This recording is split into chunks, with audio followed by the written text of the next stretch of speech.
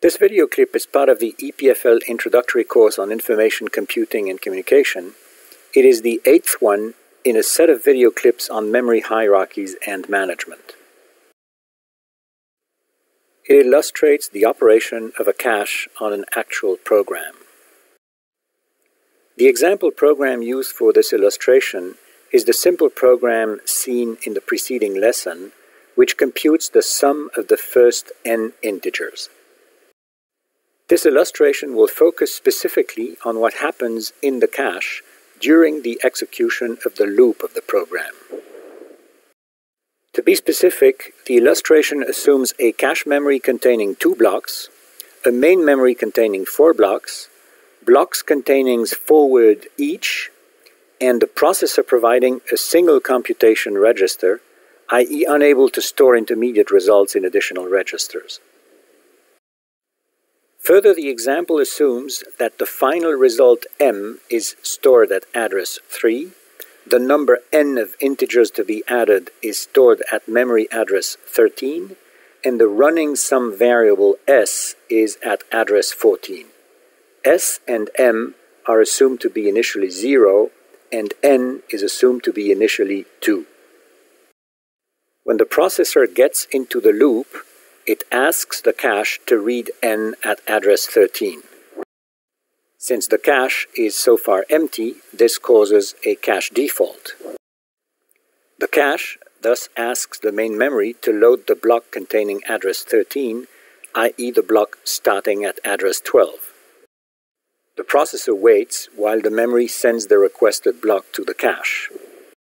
The cache stores the uploaded block into one of its free entries, and it returns 2, the value of the content of address 13, to the processor. The processor then asks the cache to supply S, the word at address 14. Now that word is stored close to word 13, and thus was already loaded into the cache together with word 13. Thus the cache can immediately return its value, which is 0. Next, the processor thus asks for n again at address 13. Since n was used earlier, it is already there and can be returned immediately to the processor. The processor then adds n and s internally, and it writes back the result into s at address 14, which is already in the cache. Then it requests n again to decrement it by 1 unit. N being in the cache can be returned immediately to the processor, and the processor then decrements it by 1 unit. It then writes n back at address 13, which is still in the cache. Now step back for a second and look how many cache defaults occurred during the previous simulation. Just 1. All other variables were always found in memory when they were needed by the processor. What is even more impressive is that for all subsequent iterations of the loop, all variables are already in the cache, so there will be no further cache default. Thus, overall, the loop iteration caused 6 times n-1 plus 5 accesses to the cache, taking about 1 nanosecond each, while only 1 cache default requiring a main memory access at 100 nanosecond was needed.